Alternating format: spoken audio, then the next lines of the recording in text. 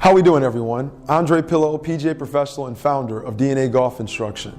This month is Black History Month, and as an African-American PGA professional, I think it's important to share the history that we share within the game of golf. So please, take a little bit of your time to watch this quick video.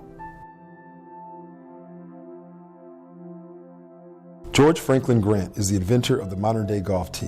He received his patent on December 12, 1899, patent number 638920.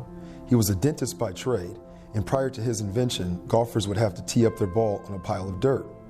Grant was the second African American to graduate from the Harvard School of Dental Medicine and would later become the first African American faculty member at Harvard. In 1991, the U.S. Golf Association recognized Grant as the inventor of the modern-day golf tee. Bill Spiller is considered by many to be the pioneer for change in regards to the PGA Tour. He would not allow racism to stop him from trying to compete. He picked up a golf club at the age of 29 and played for several years on the UGA, the U.S. Golf Tour, which allowed integration. Spiller was a winner, and there's stories of him winning in consecutive weeks and accumulating over 100 victories on the UGA and other integrated tours. In 1948, Spiller finished in the top 60 at the LA Open, which qualified him for an opportunity to play at the next PGA Tour event outside of Oakland at the Richmond Open. Spiller, Ted Rhodes, Madison Gunther, and a few others arrived ready to play at the Richmond Open. However, they were told that they could not compete because of the Caucasian clause. Spiller was upset and decided to hire a lawyer and take legal action. To halt that legal action, the PGA of America made promises to integrate and to remove the clause, but they did not.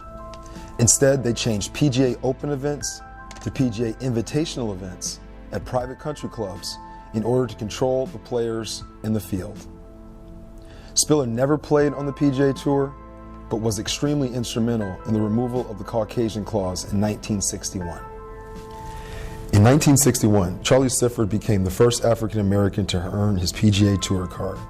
Sifford endured humiliation, threats to his life, and mistreatment by other professionals during his time on tour.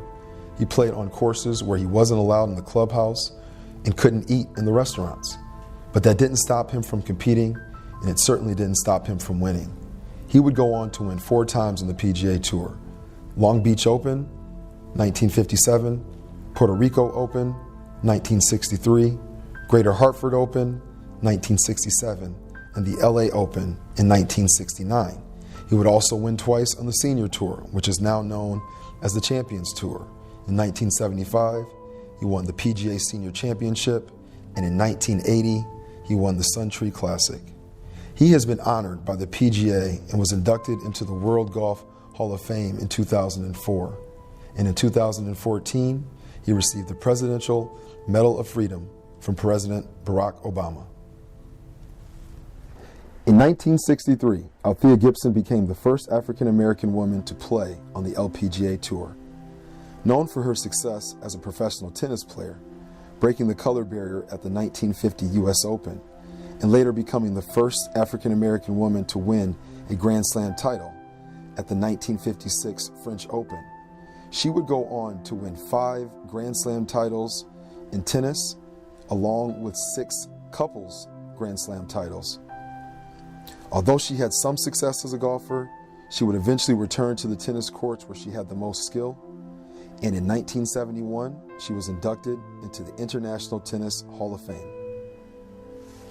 In 1967, Renee Powell became the second African-American woman to play on the LPGA Tour.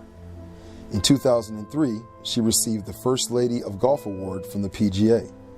Her father, William Powell, had what he called his crazy dream. You see, in the mid-1900s here in the United States, golf courses were segregated, and there weren't a lot of opportunities for black people to play the game. So Mr. Powell decided to build his own golf course. In 1946, he opened Clearview Golf Club, a 9-hole facility that was open to all that could play. Ironically, this would be the place that Renee would learn the game of golf starting at the age of 3, taking lessons from her father.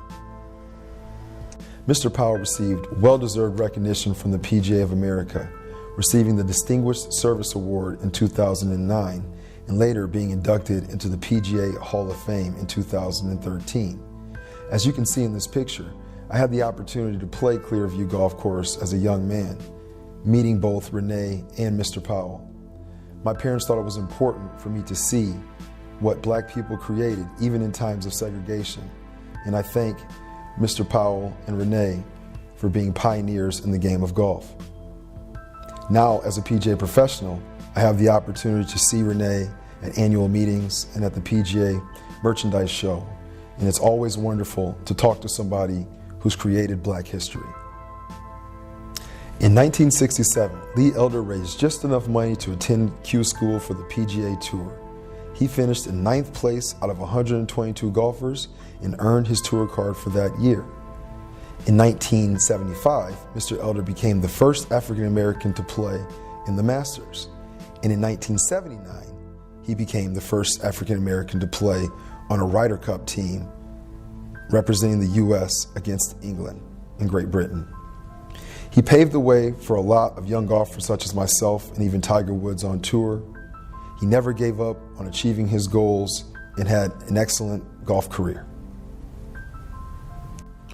Calvin Peete was born on July 18, 1943 in Detroit, Michigan, and he was one of my favorite golfers to watch when I was young. He won 12 times on the PGA Tour, including the Players' Championship in 1985. He also played on 2 Ryder Cup teams, 1983 and 1985.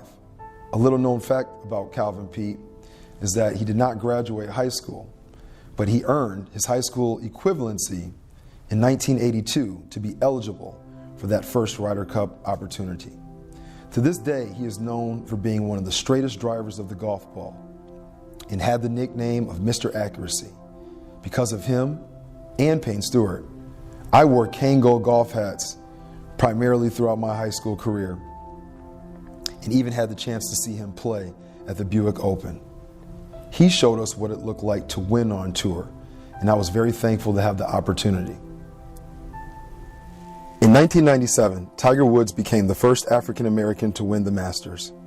Considered by many, including myself, to be the greatest golfer to ever play the game, he has over 106 worldwide victories, 82 victories on the PGA Tour, including 15 major wins.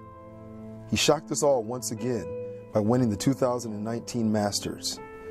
There was a time between 2000 and 2011 where Tiger Woods held all of the 4 major championships: the US Open, the British Open, the Players' Championship, and the Masters.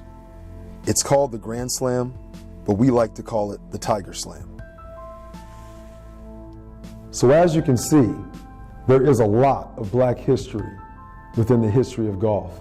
And I, for one, am very proud to continue that legacy and create my own black history for the next generation to follow. Amazing things were done, and it motivates me to be the best that I can be. And on days when I'm feeling like I can't go on or things are too tough, I remember Mr. Powell building a golf course in the middle of the 1950s. I remember the challenges that Charlie Sifford had. And that gets me motivated to try my best and to continue on moving forward, not just for myself, but for others. Thanks for watching, and enjoy the rest of Black History Month.